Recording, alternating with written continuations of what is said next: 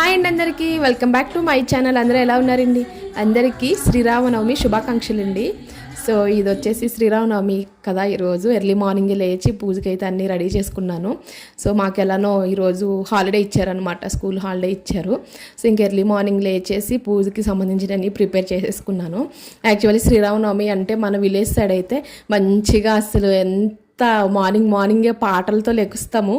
ఏంటంటారా, రామాలయం దగ్గర పెట్టిన సాంగ్స్ వినిపించగానే అమ్మో లేవాలి అని చెప్పేసి హడవడిగా రెడీ అవుతూ ఉంటాము. కానీ ఇంకా సిటీలో అంత ఉండదు కదండి, ఎక్కడెక్కడో ఉంటాయి టెంపుల్స్. సో ఇంకా మేమున్న లైన్లో బాగా చివరన్నమాట, ఒక 15 మినిట్స్ వెళ్తే బైక్ మీద అక్కడ ఉంటుంది టెంపుల్. అక్కడికైతే వెళ్ళాము, హనుమాన్ టెంపుల్ అనమాట అది.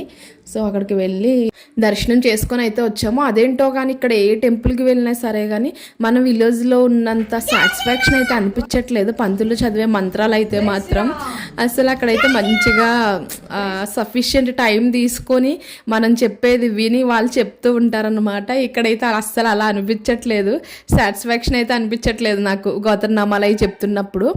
ఇంకా అక్కడ వెళ్ళిన తర్వాత మా తన్విక రుద్రాంశ అయితే మంచిగా కొద్దిసేపు కూర్చున్నారు. మా హస్బెండ్ ఏమో ఇంకా బైక్ మీదే కాబట్టి నన్ను పిల్లల్ని ముందు దించేశారు. తర్వాత మా అమ్మగారిని మా నాన్నగారిని తీసుకొని అయితే వచ్చారు. ముఖ్యంగా ఇక్కడ ఎక్కడికైనా వెళ్ళాలి అంటే వచ్చేటప్పుడు ఏ టైం అవుతుందో అనిపిస్తుంది, ఎందుకంటే ఎక్కువ జనాభా ఎక్కువ కదా. సో ఇంకా ఎక్కడికి వెళ్ళినా పిల్లలకైతే కంపల్సరీ ఇంటి దగ్గర బ్రేక్ఫాస్ట్ పెట్టేసే తీసుకొని వెళ్తాను. మా వాడు ఏమనుకున్నాడో ఏంటో తెలియదు కానీ గుడి దగ్గరికి వెళ్ళంగానే అమ్మ నాకు స్నాక్స్ కావాలి, వాటర్ కావాలని అడుగుతున్నాడు అనమాట. ఒరే బాబు, మనం వచ్చిన షాపింగ్ మాల్కి కాదు టెంపుల్కి వచ్చాము, ఒక 15 మినిట్స్ అంతే వెళ్ళిపోతామంటే అప్పుడు ఊరుకున్నాడు అనమాట. దర్శనం అయిన తర్వాత కొద్దిసేపు కూర్చున్నాము, చాలా ప్రశాంతంగా అనిపించింది.